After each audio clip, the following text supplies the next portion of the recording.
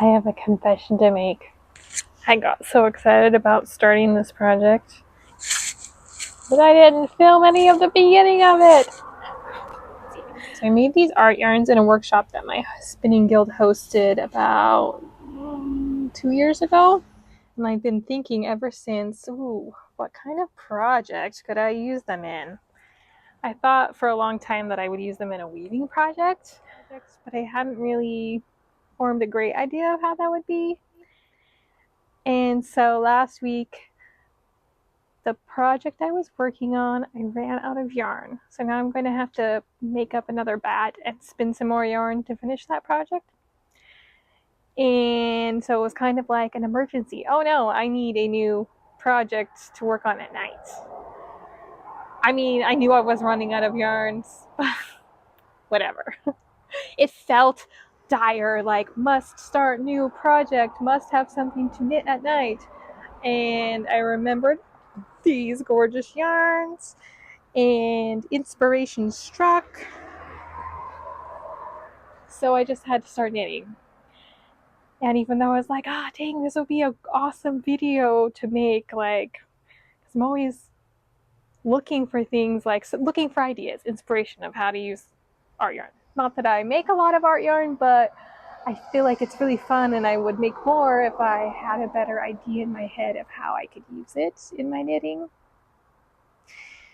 So I did watch some different videos to gather ideas, and then I just looked for a pattern that would work on chonky needles and then just throwing in the art yarn in there. I do wish that I had some nice footage of all these in their skeins, because they're so squoosh, and I feel like they were even more squooshable when they were in their skeins. But I did take pictures. I took some moody, dark at night pictures of the skeins. No, I found a drops pattern. This is what that sweater is supposed to look like. And obviously mine's gonna look a lot different because crazy art yarn. But I'm super excited with how it's going so far. And I had debated in my mind, because I've got like some like happy beige skeins. No sad beige here. Happy, fun, textury, crazy beige. And then I have the ones that are more, I don't know, bluey green. What's the right word for this? Teal, turquoise, leaning? Yeah. So I had thought about either striping them, but then I kind of decided, well, maybe we'll go for a crazy beige at the top and kind of fade into the other color as we go along. And I'm thinking, I don't know, the pattern has like long sleeves. But honestly, I don't know if I will put sleeves on it or not. I feel like if I make it, just leave it with like the cat sleeves, I might get more wear out of it as like a layering piece versus if I add long sleeves.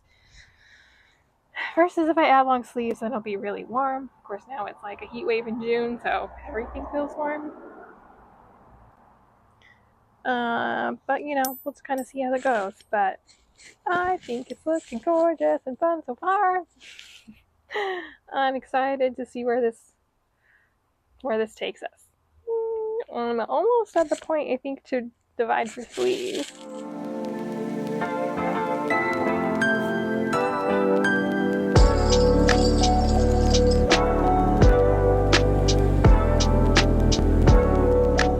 I think this is coming along nicely. I'm so excited how this is looking.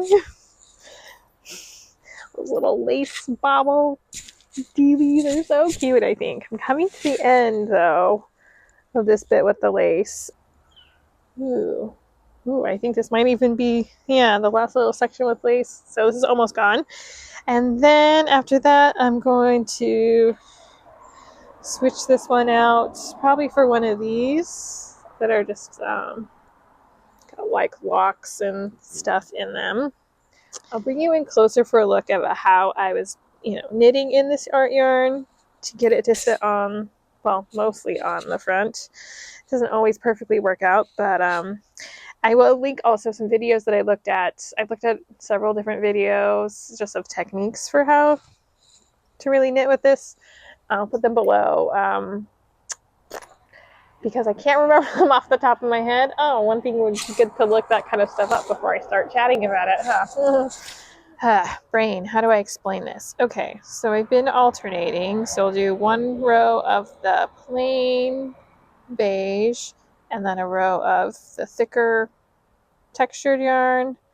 So 2 repeats of that, and then on the 3rd repeat, instead of the more smooth one, I've been doing 1 row of the really textury art yarn with the lace. So I kind of just spread out the lace as much as I could. So we just completed a row with one of the smooth yarn, with my smooth yarn. So now I'm going to switch to this, my lace art yarn. And what I've been trying to do, I've been doing this mostly stockinette stitch. But then when I get to something that I want to bring to the front, I've been doing a purl because that seems to mostly get it onto the front better. So here we start off right away. We've got that lace we want to come into the front. So I'm bringing my yarn to the front.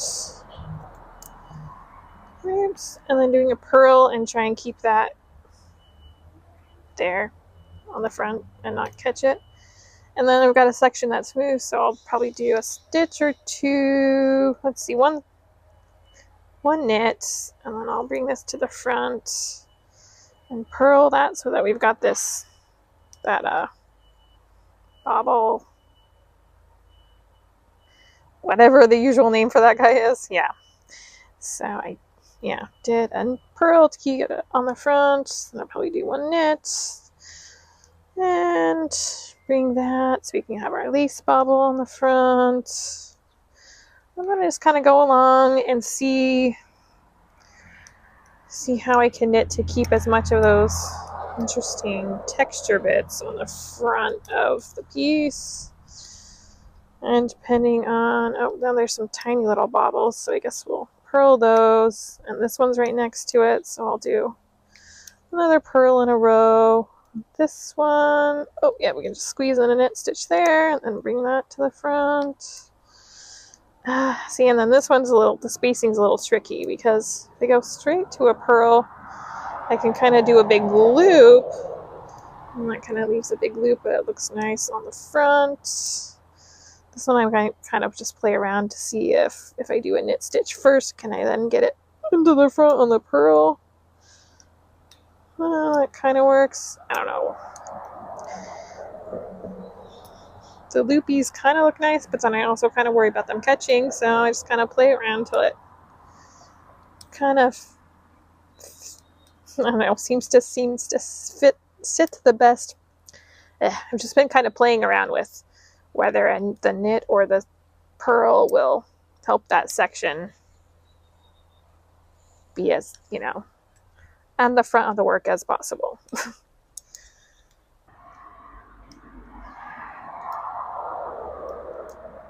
Yeah, see, that didn't work. Now it's kind of hiding to the back. So let's see if we can fill. Let's see. What can we do to get that guy to come to the front? I guess we might just make a loopy. That might dingle a little bit more, but yeah, seems kind of a dingly loopy. I don't know.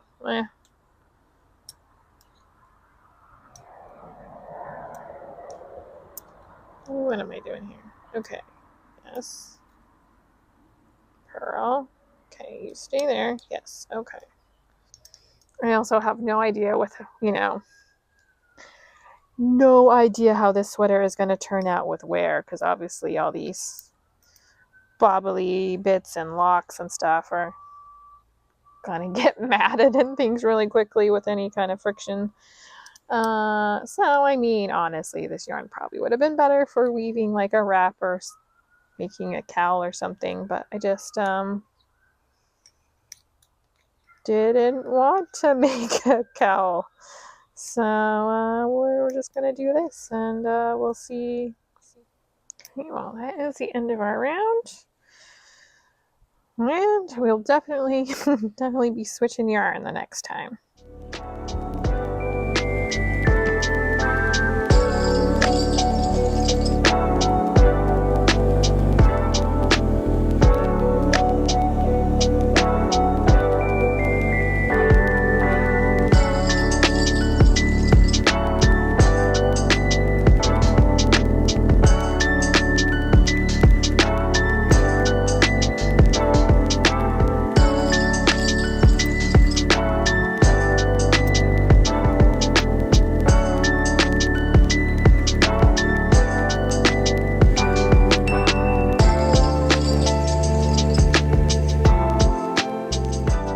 It's been a while since we've updated. I made a lot of progress. So, and I also hired a new assistant in the time since I filmed this last. His name is Murphy. We'll see. We're still training to perform his duties well. So let's see if we can do this update without Mr. Murphy getting all in the way. He's like, what is going on? Hi, Murph. Hi. Okay. Yeah, no. Okay. So I have completed one sleeve. Now I am almost done with the other sleeve. I'm just trying to figure out if they're about the same length or not.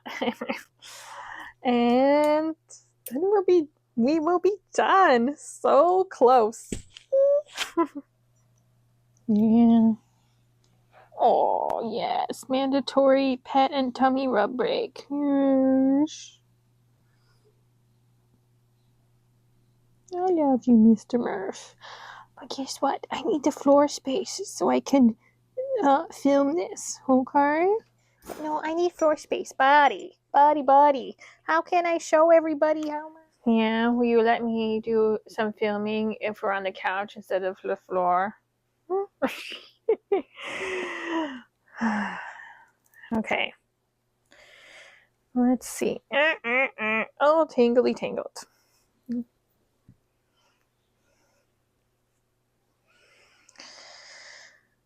Okay, shoulder to shoulder. Let's see. Okay. Let's see if we can figure out. I probably should have started the garter stitch maybe slightly before now. So maybe I will go undo a couple of rows. Then we'll be close. Hi. Oh, you're so mad that I'm not petting you.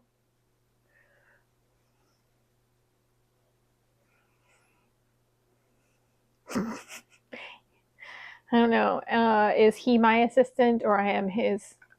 I think more I'm your assistant. Am I your pet and belly rub assistant? That might be the case. But it's not a dog channel, Murphy. It's a fiber arts me making stuff channel. So I gotta, show the people me making stuff, not to show the people me petting you. Oh. Okay, I'm gonna attempt to measure this. This would have been so much easier on the ground, but Murphy was not having that. Okay, so it looks like my first sleeve is about 16 inches long. And I started the garter stitch at 14 inches. Oops, I should have measured this earlier. Okay, that's 15. Okay, so I think I'm going to try undoing about 4 rows from here and then starting the garter stitch, and hopefully it will be sort of matching-ish. Murphy's giving me a little bit of the look, saying, oh, you're just leaving me here on the couch by myself. No petting me. Oh. Okay. Okay, it's probably going to be easier to undo this if I first untangle some of this yarn. Okay, there we go. Now we can tink back.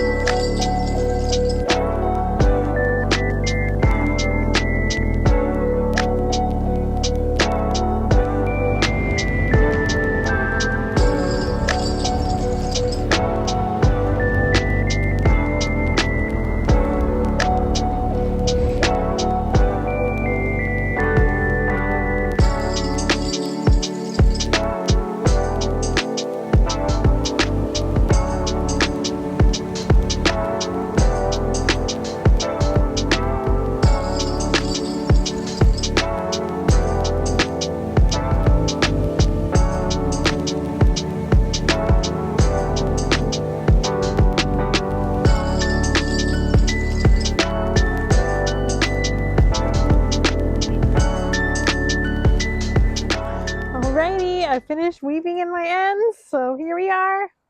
Okay, I haven't blocked it yet, but I couldn't resist trying it on to see how it turned out. And you know, I think it's kind of fun and funky. Obviously not a practical sweater, but I think it's delightfully playful and whimsical. Hopefully the arms don't grow too much after I block it. I probably should have made them slightly shorter because I have a feeling over time they'll probably grow longer just from the weight of it. And you know, the in the round raglan construction is definitely gonna probably grow over time. But yeah, this is it. Let me know what you think. I still love the lace follow yarn bits. That's my favorite thing. So thanks for watching. Hope you enjoyed this. Don't forget to like, comment, subscribe, and all that. And we'll see you next time. And apparently Murphy has found a stick. He seems to like chewing on them, so I should probably go and stop him. Murphy, come! Good job.